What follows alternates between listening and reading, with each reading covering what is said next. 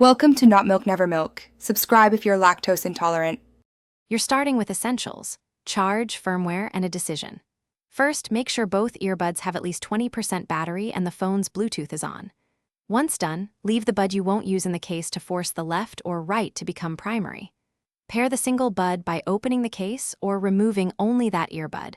This tells most systems to register one unit. If pairing fails, reset the earbud, short press or hold per model to clear old connections. Now pair and configure. Put your selected earbud into pairing mode, short or long press depending on model, then connect it from the phone's Bluetooth list. Once paired, check the device name. Some show left or right or a mono tag.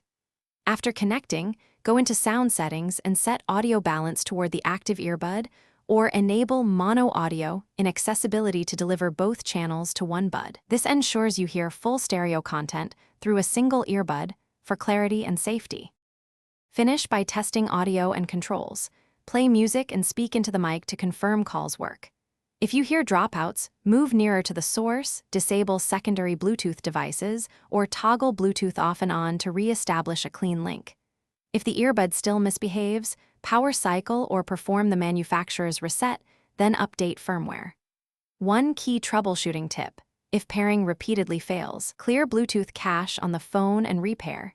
This resolves many phantom device conflicts. Thanks for watching. If this was helpful, leave a like and consider subscribing. See you next time.